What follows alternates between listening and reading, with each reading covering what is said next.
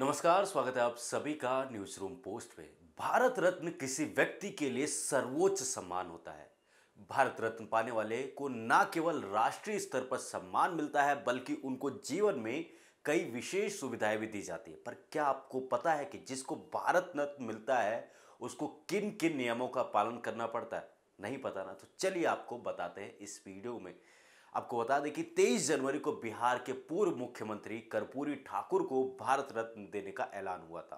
अब 11 दिन बाद मोदी सरकार ने आज भारतीय जनता पार्टी के वरिष्ठ नेता लाल कृष्ण आडवाणी को भारत रत्न से सम्मानित करने का ऐलान किया है। पीएम मोदी ने ऐलान करते हुए कहा कि लाल कृष्ण आडवाणी हमारे समय के सबसे सम्मानित राजनेताओं में से एक है। भारत के विकास में उनका अनोखा योगदान रहा है। उन्होंने जमीनी स्तर पर काम करने की शुरुआत से लेकर उप प्रधानमंत्री रहते हुए तक देश की सेवा की है। वह मंत्री और सूचना प्रसारण मंत्री भी रहे। जनता की सेवा में उनकी पारदर्शिता हमेशा याद रहेगी।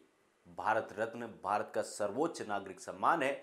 यह पुरस्कार देश के प्रति अमूल्य योगदान के लिए किसी भी जाति, धर्म, लिंग, व्यवसाय या क्षेत्र के व्यक्ति को दिया जा सकता है। इन सेवाओं में कला, साहित्य, विज्ञान, समाज सेवा और खेल शामिल है।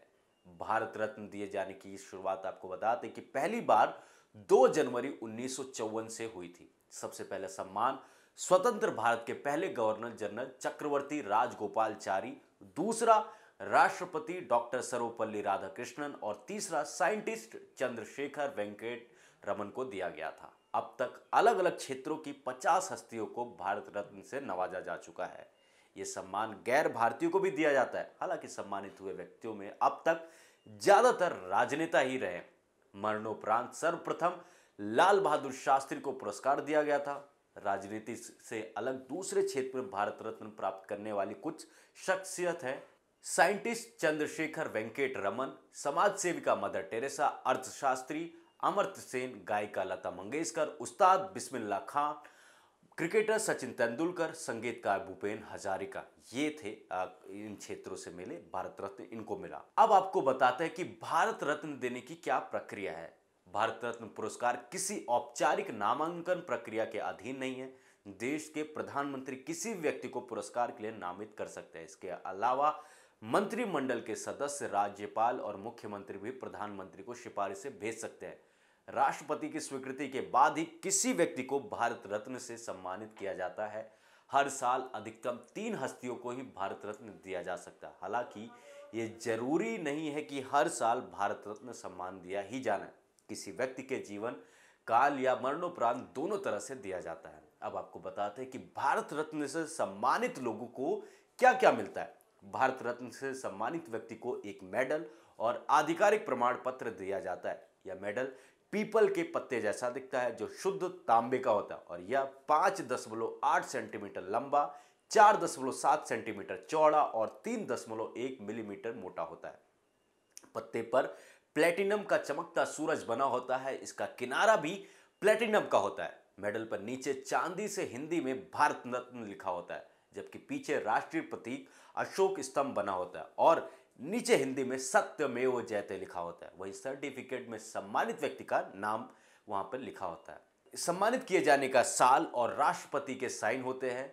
भारत रत्न कोई आर्थिक पुरस्कार नहीं है। मतलब यह है कि इस सम्मान के साथ कोई धनराशि नहीं दी जाती है। हालांकि कुछ राज्य सरकार सम्मानित व्यक्तियों को वित्तीय सहायता देने के लिए अपनी मर्जी से पहल करती है।